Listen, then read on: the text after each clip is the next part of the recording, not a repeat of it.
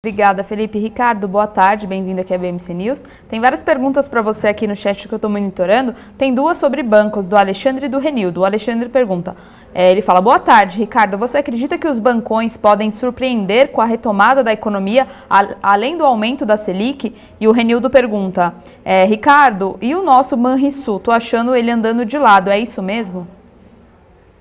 Boa tarde, Ananda, boa tarde, Alexandre, boa tarde, Renildo. Muito obrigado pelas perguntas. Com relação aos bancões, digamos assim, né, aos grandes bancos que nós temos no país, a resposta é sim, tá? Eu acho que eles são, nos atuais patamares de preço, apostas interessantes.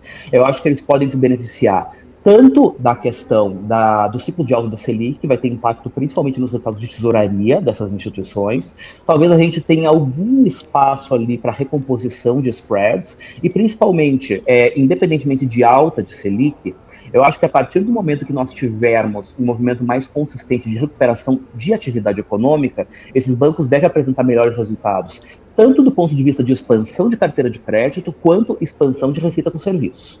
Além disso, é importante ter em mente que esses bancos de grande porte, na sua grande maioria, ao longo do ano de 2020, já constituíram um volume bastante expressivo de provisões associadas a potenciais perdas de crédito nas suas carteiras em razão das consequências econômicas da pandemia de Covid-19.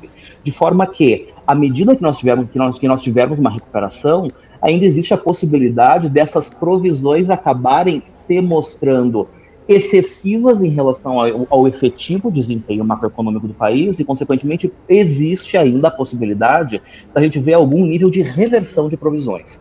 Evidentemente, quanto mais as consequências socioeconômicas da pandemia se alastram no tempo, menor se torna a chance de nós vermos reversões de provisões significativas. Mas, de qualquer forma, a mensagem que eu gostaria de passar é que os balanços dessas instituições, eles estão adequados, eles estão limpos, existe um excelente índice, um excelente nível de cobertura do ponto de vista de provisões, à face dos potenciais montantes relacionados à perda de crédito, de potencial inadimplência, e aí existe, na verdade, a possibilidade da gente ter um movimento na direção contrária. Com relação a Banrisul, especificamente, eu comentei um pouco na minha última aparição aqui na BMC News, mas eu retomo de qualquer maneira.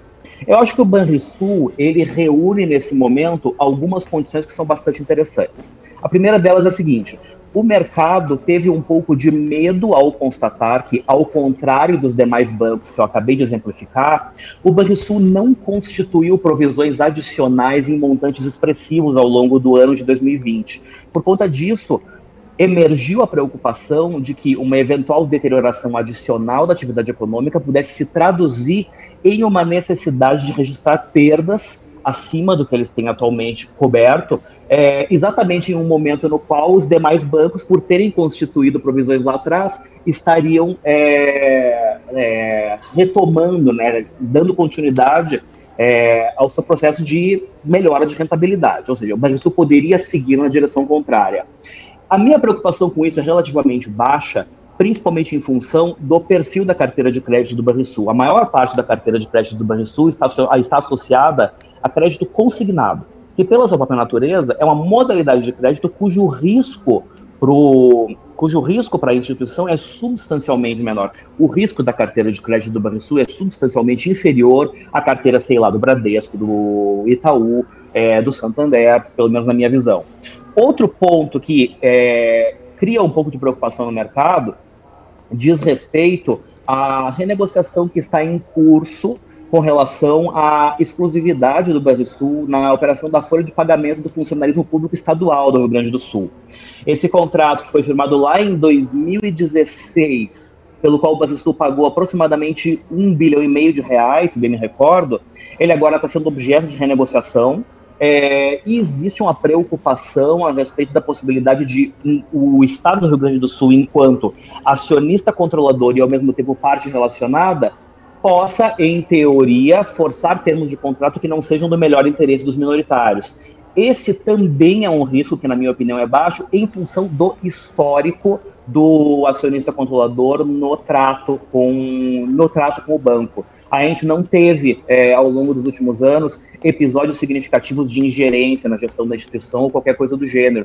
De forma que eu acredito que, à medida que essa situação fique mais clara e que fique evidenciado que as condições da renegociação se darão em condições de mercado, eu acho que esse risco também se mitiga. Qual é o principal driver de Banrisul daqui para frente, na minha opinião? Retomada de atividade econômica e, consequentemente, recuperação da rentabilidade. Eles devem também se beneficiar da alta de Selic, também pelos resultados de tesouraria. Eventualmente, eles podem ter espaço para alguma recomposição de spread bancário, eles podem ver melhor em receita de serviços à medida que as medidas de mobilidade social sejam relaxadas. E quando a gente olha para o banco do ponto de vista de valuation, ele me parece hoje um dos bancos mais baratos da Bolsa, negociando a coisa da ordem de 60% do valor patrimonial.